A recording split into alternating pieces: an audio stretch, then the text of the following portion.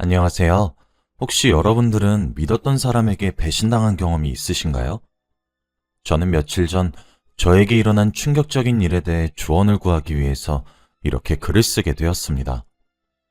저는 22살 여대생이에요. 저는 어렸을 때부터 예쁘게 생겼다는 말을 줄곧 들으며 자랐습니다. 저희 어머니가 젊은 시절에 동네에서 유명한 미인이었는데 지금의 제가 꼭 엄마의 젊은 시절과 닮아 있거든요.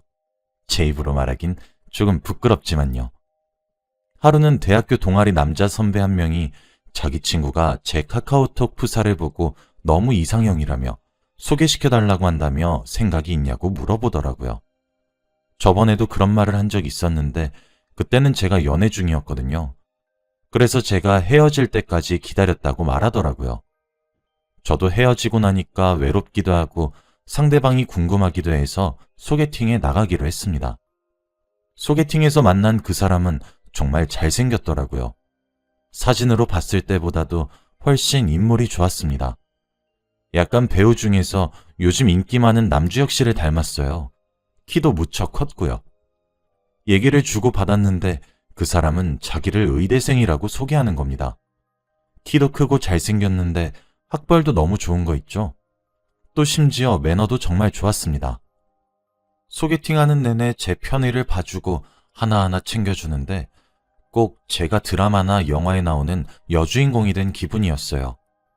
저보다 한 살 많았던 그 남자는 꼭 순정 만화에서 튀어나온 주인공 같은 사람이었거든요.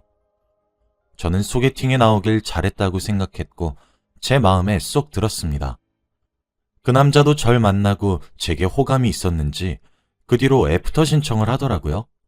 그렇게 저희 둘은 3달 정도 사귈 듯 말 듯 하다가 꽃다발과 함께 건네는 고백에 연인이 되기로 하였죠.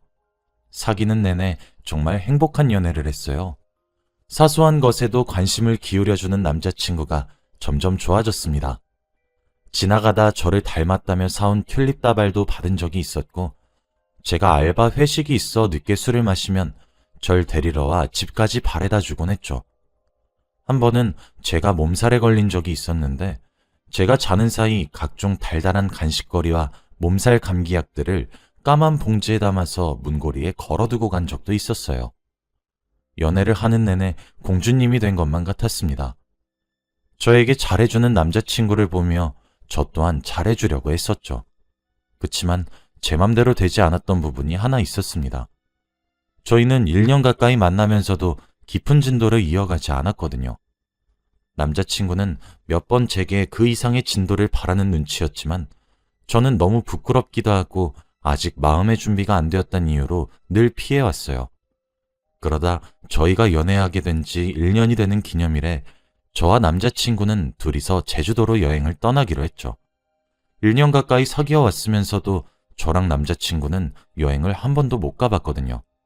그래서 저도 이번이 기회라고 생각했어요. 무엇보다 저는 지금의 남자친구를 너무 많이 사랑했기 때문에 저의 처음을 남자친구에게 줘도 되겠다는 믿음이 생겼거든요. 그래서 저도 마음의 준비를 하기 시작했고 그날을 위해 만반의 준비도 했어요.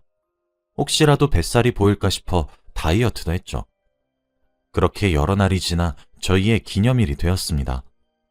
공항에서 만났는데 남자친구와 가는 첫 여행이라 그런지 전날에 너무 설레서 잠도 안 왔어요. 두근두근거리며 비행기에 몸을 실었죠. 아침 비행기로 제주도에 도착했습니다. 그리고 호텔에서 짐을 풀고 바다로 나갔죠. 비키니도 입고 신나게 물놀이도 했어요. 정말 너무 재미있고 신나더라고요.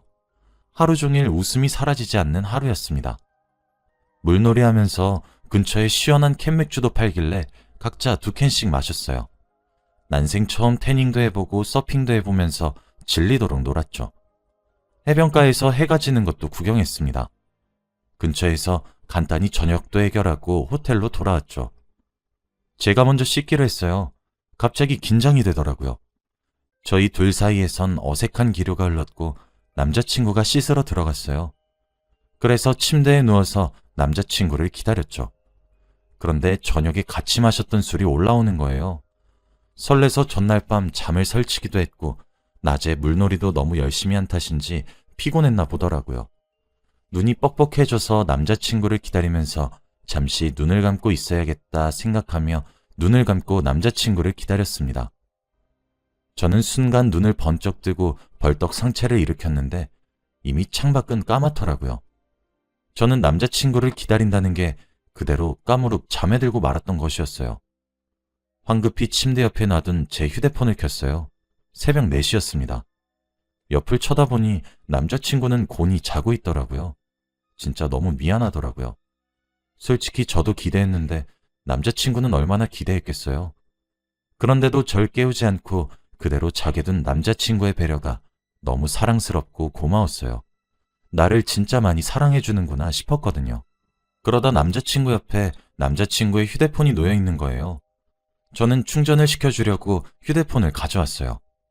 근데 이게 또 사람 마음이란 게 자고 있는 남자친구를 보니까 갑자기 휴대폰을 몰래 보고 싶은 겁니다. 허락 없이 몰래 보는 행동이 나쁘단 걸 알지만 저는 푹 자서 잠도 다 깼겠다. 갑자기 너무 궁금해졌어요. 저는 남자친구 카카오톡을 켰습니다. 가장 위에 있는 단체 대화방에 메시지가 100개 정도 와 있더라고요.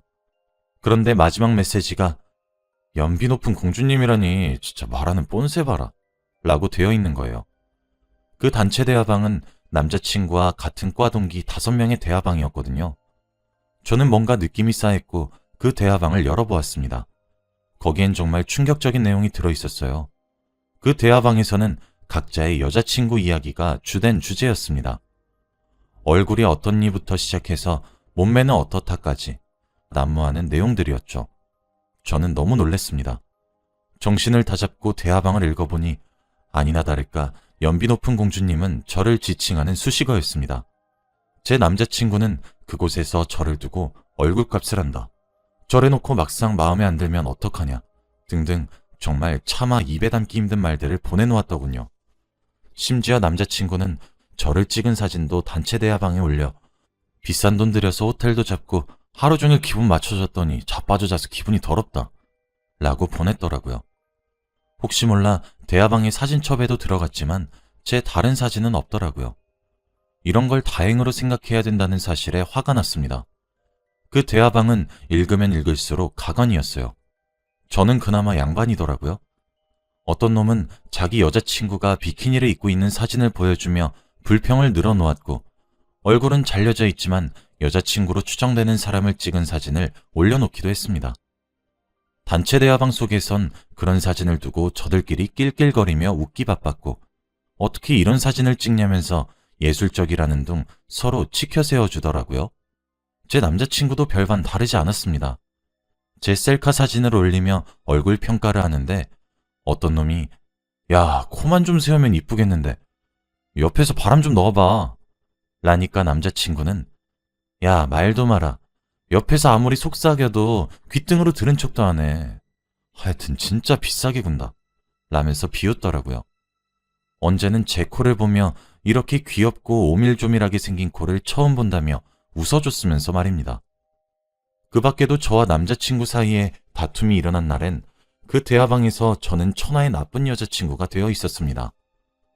자기 여자친구를 여우 불려시거리며 욕을 같이 했던 남자친구의 대화창을 보니 제가 알고 있는 사람과 같은 사람인가 싶더라고요. 정말 믿기지 않았어요. 저는 남자친구 얼굴을 마주보며 따져볼까 생각했지만 문득 겁이 났습니다. 저에겐 항상 다정했지만 채팅방에서는 상스러운 욕설과 조롱, 만일 제게 직접적으로 비슷하게 얘기를 하면 어떻게 대처해야 될지 모르겠더라고요. 저는 도망을 쳐야겠다는 생각이 번뜩 들었습니다. 휴대폰을 내려놓고 짐을 싸러 가려다가 정말 설마하는 심정으로 남자친구 휴대폰의 사진 앨범을 열어보았어요. 세상에나 1년 동안 저를 몰래 찍은 사진이 수백 장이 나오더라고요. 진짜 너무 충격적이었어요. 사진을 일일이 지우기엔 양이 너무 많아 그냥 모든 사진을 전체 삭제했고 남자친구 휴대폰을 뒤져서 백업한 흔적이 있는지도 면밀히 살피고 휴대폰을 협탁 위에 내려놓았습니다. 남자친구가 잠에서 깰까 정말 심장이 미친 듯이 뛰었어요. 짐도 제대로 챙기지 못했습니다. 옷을 대충 챙겨 입고 캐리어에 제 물건이 보이는 대로 쑤셔넣고 살금살금 호텔방을 빠져나왔어요. 당장이라도 주저앉아 버리고 싶었지만 여기서 시간을 지체할 순 없었습니다. 해도 뜨기 전에 호텔을 나와 택시를 잡고 바로 공항으로 출발했어요. 오늘 출발하는 비행기 중 가장 빠른 비행기로 표를 끊었고 다행스레 1시간 뒤에 제주도를 떠날 수 있었습니다. 비행기에 타서 탈출했다는 생각이 들자 그제서야 안도감이 밀려왔어요. 제가 생각한 것보다 더 많이 놀랐는지 손이 벌벌 떨리더라고요. 저는 비행기에서 내리자마자 택시를 잡아서 급하게 집으로 향했고 집에 도착하자 모든 긴장이 다 풀렸습니다. 스르륵 주저앉았죠. 그렇게 잠시 멍을 때리고 있는데 그때 제 휴대폰이 울리더라고요. 전화였습니다. 남자친구가 건 거였어요. 저는 흠칫 놀랐고 전화를 받지 않았습니다. 그렇게 끊긴 줄 알았는데 곧바로 다시 전화가 걸려오더라고요. 그렇게 미친 듯이 남자친구로부터 연락이 오기 시작했습니다. 전화와 동시에 카카오톡, 그리고 문자 등 정말 여러 가지 방법으로 연락이 왔죠. 남자친구 입장도 이해는 됩니다. 곤히 자고 있는 여자친구 옆에서 자다가 일어났는데 여자친구도 여자친구의 모든 짐들도 함께 사라졌으니 얼마나 놀랐겠어요. 제가 판도라의 상자를 연 줄도 모를 테니 말이죠. 저는 정신을 다 잡고 전화는 모두 거절하고 카카오톡에 답장을 남겼습니다. 나 단체 대화방 다 읽었어. 난 솔직히 나한테 오빠가 너무 잘해줘서 오빠 친구들한테도 내 자랑을 했겠지? 하는 마음에 몰래 봤어. 근데 대화 내용이 정말 충격적이더라. 오빠도 일말의 양심이 있고 나한테 정말로 미안하다면 2번 다시 연락하지 말아주길 바래. 정말 소름 끼치도록 무섭고 아직도 진정이 안 돼. 내 눈앞에 나타나지 말아줘. 라고 답장을 보냈어요. 그렇게 빗발치던 모든 전화가 거짓말처럼 조용해지더군요. 남자친구는 제 답장에 아무런 말도 하지 않았습니다. 저는 그제서야 눈에서 눈물이 주룩주룩 났고 침대에 누워 엉엉 울었죠. 그렇게 울다 잠들었습니다. 그날 저녁에 누가 제가 살고 있는 자취방에 초인종을 누르더라고요. 그 소리에 잠이 깨어 인터폰을 확인해보니 남자친구였습니다. 아무런 인기척도 내지 않더라고요. 다행스럽게 오전에 울다 지쳐 잠들어서 그런지 집에 모든 불도 꺼져 있었거든요. 숨죽이고 있으니 문고리도 돌려보고 비밀번호도 아무거나 눌러보고 그러더라고요. 미친 듯이 겁이 나기 시작했죠. 그때 제 휴대폰에 연락이 한 통 왔습니다. 나 너희 집 앞이야. 집에 없니? 너 올 때까지 기다릴게. 얼굴 보고 얘기 좀 하자. 라는 말을 하더군요. 저는 어떻게 하면 이 상황을 해결할 수 있는지 머리를 굴리기 시작했어요. 제가 연애를 하면서도 남자친구를 집안에 들이지 않은 점이 천운이었죠. 저는 아니, 나 지금 그 집에 없어. 오빠가 찾아올지도 모르는데 내가 거기 있을 리가 없잖아? 난 오빠 얼굴 보고 싶지도 않고 할 이야기도 없으니까 찾아오지 마. 라고 했더니 비처럼 빠른 속도로 답장이 오더라고요. 네가 나 만나줄 때까지 계속 기다릴게. 라고 말이죠. 그쯤 되니까 정말 오만 가지 나쁜 상상이 다 되었습니다. 혹시 제가 큰일을 당하게 될지도 모르잖아요. 저는 남자친구에게 강경하게 헤어지자고 말한다고 해서 곱게 해결될 문제가 아니란 것을 직감했습니다. 오히려 제가 강경해지면 질수록 제게 집착할 것 같아 보였죠. 저는 일단 시간을 벌기 위해 생각해 볼게 라고 답장을 한 뒤 외출도 자제하며 저희 집에서 숨죽이며 살았습니다. 남자친구는 매일 저녁마다 제 자취방에 와서 초인종을 누르더라고요. 오늘은 집에 있을까 하는 마음으로 말이죠. 남자친구의 집착을 눈으로 직접 목격하게 되자 차라리 남자친구의 얼굴을 직접 보고 얘기를 하는 게 더 나을 것 같아 보였습니다. 저는 남자친구가 집 앞에서 돌아가고 한참 뒤에 내일 공원에서 오후 1시쯤에 만나자 라고 연락을 보냈어요. 기다렸다는 듯이 알겠다는 답장이 돌아왔죠. 저는 밝은 대낮에 사람이 오가는 오픈된 장소를 골랐습니다. 다음날 만나기로 한 시간에 맞춰서 집을 나섰고 공원에 있는 벤치에 앉아서 기다리고 있으니 멀리서 남자친구가 보이더라고요. 저에게 종종 사오던 튤립 다발을 손에 든 채로 말이죠. 점점 남자친구의 집착에 옥죄이는 것 같이 숨이 턱턱 막혔습니다. 남자친구는 제게 꽃다발을 건넸고 저는 본체만체 했어요. 남자친구는 제 품속에 어거지로 꽃다발을 안겨주고는 제 옆에 앉았습니다. 저희는 한동안 아무런 말이 없었죠. 저는 그 침묵에 미칠 것만 같았습니다. 제가 먼저 만나자며 하고 싶은 말 있으면 한번 해봐 라고 했더니 남자친구는 미안해. 한 번만 용서해 줄 수 없겠니? 라고 하더군요. 저는 정말 흥분하지 않으려고 최대한 노력했습니다. 근데 용서해달란 말 같지도 않은 개소리를 듣고 앉아있으니 정말 눈이 뒤집히더라고요. 저는 너 미쳤니? 말이 된다고 생각해? 오빠가 한 건 범죄야 범죄. 그래놓고 지금 어디서 뻔뻔하게 용서해달란 소리가 입 밖에 나와? 오빠는 진짜 일말의 양심도 없니? 어떻게 1년을 두 얼굴로 날 기만했으면서 뭐? 용서? 라고 으르릉거리며 말했습니다. 남자친구는 진짜 미안해. 너는 모르겠지만 남자들끼린 그런 대화 정말 많이 해. 나만 그러는 것도 아니야 진짜. 우리도 진짜 그냥 전부 다 장난이고 다 허세야. 좀 있어 보이고 싶고 내가 여자를 꽉 쥐고 산다. 뭐 이런 느낌을 주려고 그랬던 거지. 진짜 별 의미 없어. 진짜 내가 잠시 미쳤었나 봐. 나 너한테 진짜 진심이야. 제발 한 번만 더 기회를 주면 안 될까? 네가 두 번 다시 걔네들이랑 어울리지 말라면 절대 안 어울릴게. 바로 절교도 할게. 정말 미안해. 내가 다 잘못했어. 나는 너를 정말 그런 식으로 생각한 적이 단 한순간도 없어. 정말이야.